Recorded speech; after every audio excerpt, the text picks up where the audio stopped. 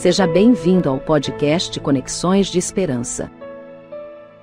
Este áudio é reprodução de leituras e reflexões diárias matinais de textos de Ellen White, feitas pelo pastor Carlos Alvarenga por videoconferência, através do aplicativo Zoom e transmitidas ao vivo pelo canal Conexões de Esperança no YouTube. Nosso desejo é que sua experiência com Deus seja enriquecida com o que você vai ouvir a seguir. Hoje, as nossas considerações estão baseadas no capítulo 74 do livro O Desejado de Todas as Nações. Neste capítulo, nós lemos assim: em companhia dos discípulos, fez o Salvador vagarosamente o caminho para o jardim do Getsemane. A lua pascual, clara e cheia, brilhava num céu sem nuvens. Silenciara a cidade de tendas de peregrinos. Jesus estivera conversando animadamente com os discípulos, mas, ao aproximar-se do Getsemane, tornou-se estranhamente mudo. Muitas vezes lá estivera para meditar e orar, mas nunca com o coração tão cheio de tristeza como nessa noite de sua última agonia.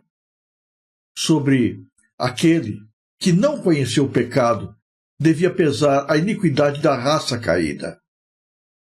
Sentindo quão terrível é a ira de Deus contra a transgressão, exclama: a minha alma está profundamente triste até a morte.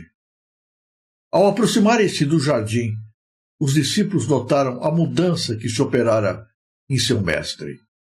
Nunca antes o tinham visto tão indizivelmente triste e silencioso. Seu corpo cambaleava como se estivesse prestes a cair. Cada passo que dava agora fazia-o com extremo esforço. Gemia alto, como sob a opressão de terrível fardo.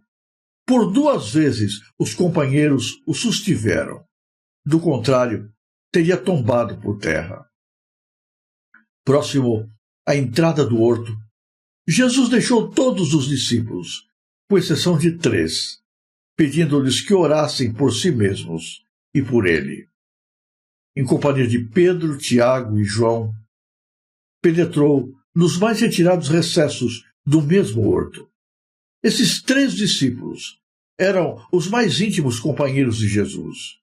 Agora, em sua grande luta, Cristo os desejava ter perto de si. Desejava que passassem a noite com ele em oração. No entanto, não podia admitir que nem mesmo eles testemunhassem a agonia que ele devia suportar. Ficai aqui, disse-lhes, e velai comigo. Foi uma pequena distância deles, não tão afastado que o não pudessem ver e ouvir, e caiu prostrado por terra. Sentia que, pelo pecado, estava sendo separado do Pai. Até então, fora como um intercessor por outros. Agora, ansiava alguém que por ele intercedesse. Ao sentir Cristo interrompida sua unidade com o Pai, temia que, em sua natureza humana, não fosse capaz de resistir ao vindouro conflito com os poderes das trevas. No deserto da tentação, estivera em jogo o destino da raça humana. Cristo saíra então vitorioso. Agora, viera o tentador para a última e tremenda luta. Para isso se preparara ele durante os 3 anos de ministério de Cristo. Tudo estava em jogo para ele. Falhasse aqui, estava perdida sua esperança de domínio. Quão desesperadas pareciam a culpa e a ingratidão humanas. Satanás apertava o Redentor, apresentando a situação justamente em seus piores aspectos. A nação, que pretende achar-se acima de todas as outras quanto às vantagens temporais e espirituais, rejeitou-te. Procuram destruir-te. Um de teus próprios discípulos trair-te-á. Um de teus mais zelosos seguidores te há de negar. Todos te abandonarão. Cristo repeliu esse pensamento com todo o seu ser. Em sua agonia, apega-se ao solo frio. O enregelante orvalho da noite cai-lhe sobre o corpo curvado, mas não atenta para isto. De seus pálidos lábios interrompe o amargo brado. Meu Pai, se é possível, passe de mim esse cálice. Todavia, não como eu quero, mas como tu queres. O coração humano anseia simpatia no sofrimento. Este anseio experimentou o Cristo até ao mais profundo de seu ser. Na suprema angústia de sua alma, foi ter com os discípulos com um aflitivo desejo de ouvir algumas palavras reconfortantes daqueles a quem tantas vezes concedera bênçãos e conforto. Se tão somente soubesse que os discípulos compreendiam e avaliavam isso, seria fortalecido. Mas achou-os adormecidos. Tinham orado enquanto ouviram os grandes clamores do sofredor.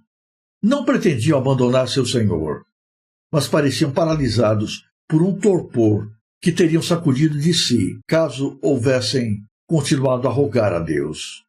Não compreendiam a necessidade de vigilância e fervorosa súplica, a fim de resistir à tentação.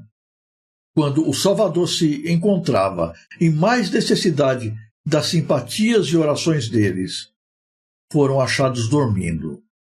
Os discípulos acordaram a voz de Jesus. Dirigindo-se a Pedro, Jesus disse: Simão, não podes vigiar 1 hora? Vigiai e orai, para que não entreis em tentação. O espírito, na verdade, está pronto, mas a carne é fraca. Novamente foi o Filho de Deus tomado de sobre-humana aflição, e desfalecido e exausto, arrastou-se outra vez para o lugar de sua luta anterior. Seu suor tornou-se em grandes gotas de sangue que corriam até o chão. Os ciprestes e as palmeiras foram as silenciosas testemunhas de sua agonia, sozinho, em luta contra os poderes das trevas. Frequentemente, nós olhamos para a cruz do Calvário e os sofrimentos enfrentados por Jesus ali e nos escandalizamos com um modo extremamente doloroso pelo qual Jesus foi levado à morte. Pensamos nos cravos sobre as suas mãos e pés, da coroa de espinhos sobre a sua cabeça, no sofrimento ao ser erguido no madeiro e lançado num buraco preparado para que nele a cruz fosse afixada. Mas o sofrimento maior de Jesus não se deu no Calvário. A maior luta de Cristo aconteceu no jardim do Getsêmani. No início do seu ministério, lá no deserto, Cristo enfrentou a Satanás, que de todas as maneiras queria roubar de Jesus a possibilidade de que ele se tornasse o Salvador da humanidade. Agora, não no deserto, mas no jardim do Getsêmani, o diabo se apresenta para a última batalha. Era um conflito de vida ou morte, era a sua última oportunidade, e ele vem com toda a sua energia, com toda a maldade acumulada no seu coração, com todas as estratégias diabólicas, para fazer Jesus desistir da cruz. Cristo estava consciente da sua missão. Sabia para que fim havia vindo a esta terra. Mas o diabo se apresenta diante dele, mostrando que o sacrifício de Cristo não valeria a pena. Tão grande era o desdém dos líderes religiosos. Tão grande era o desdém da igreja da época. Tão grande era o descaso, mesmo por parte dos seus próprios discípulos, que ele insinuava à mente de Jesus a pergunta: será que vale a pena? Será que, na verdade, compensa tudo isso que você está fazendo? Angústia toma conta do coração de Jesus. E Jesus vai, então, para o jardim do Getsêmani, seu lugar preferido e secreto de oração, para, em comunhão com o Pai, receber as forças necessárias para vencer as tentações do diabo. Ali, de joelhos, sozinho, Jesus agoniza em dor, em angústia. O maior sofrimento de Cristo não foi físico, foi emocional, espiritual. O peso de todo o pecado dos homens pesava sobre os seus ombros. Uma das mais terríveis coisas que pode acontecer a qualquer ser humano é o abandono. Nós conseguimos até resistir à ausência de comida e bebida por algum tempo. Mas é extremamente difícil nós resistirmos ao abandono, ao descaso, à solidão. E ali, Jesus estava sozinho, abandonado por tudo e por todos, lutando contra os poderes das trevas. A igreja de Jerusalém recusara seus apelos de graça. Os seus discípulos, que deviam estar velando com ele, dormiam, enquanto Jesus sentia seu corpo arrebentado, seu coração destroçado na luta contra o mal. Sozinho, desamparado, abandonado. Seu sangue rolava pela sua face, misturado com gotas de suor. A agonia tomava conta do seu coração. E Satanás gritava nos seus ouvidos: será que vale a pena? Por que um sacrifício tão grande? Por que você está disposto a pagar um preço tão alto por pessoas que não merecem, por gente que não está nem aí para a tua agonia, para a tua dor, para tudo aquilo que está acontecendo? Olhe só para aqueles que você diz que são seus discípulos. Enquanto você sofre, eles dormem. Só você está preocupado com isso. Joga tudo para o alto. Livra-te do sofrimento. Escapa da cruz, da coroa de espinhos e da morte. O mundo não merece o teu sacrifício. O preço é alto demais para que você o pague. Esse foi o maior sofrimento que Jesus suportou. Jesus sofria por você e por mim. Jesus colocava na balança todo o preço que lhe era exigido e a resposta do nosso coração aos seus apelos de graça. E a pergunta era: vale a pena? Será que vale a pena pagar este preço? Qual será o resultado de todo este sacrifício? Sozinho, Jesus agonizou. Ninguém estava com ele. Ninguém estava disposto a orar com ele, a vigiar com ele, a dizer palavras de conforto ao seu coração. Sozinho, Cristo enfrentava a pior das batalhas contra as forças das trevas. Hoje, a pergunta que é colocada diante de nós é a mesma que estava diante de Jesus. Será que valeu a pena o sacrifício de Cristo? O sacrifício de Jesus só terá valido a pena se ele significar a minha salvação, a minha libertação do poder das trevas, o meu resgate para a vida eterna. O sacrifício de Jesus só terá valido a pena se, mediante tudo aquilo que ele enfrentou, eu estiver seguro das mãos de Deus e um dia resgatado para sempre lá no céu, na casa do Pai. Mas se a despeito de tudo quanto Cristo fez, eu priorizar os meus interesses, os meus sentimentos, as minhas vontades, as coisas daqui, as coisas de cima, então o sacrifício de Jesus terá sido em vão. A grande pergunta que rondava o coração de Cristo aquela noite é colocada diante de nós, e a resposta só eu e você podemos dar.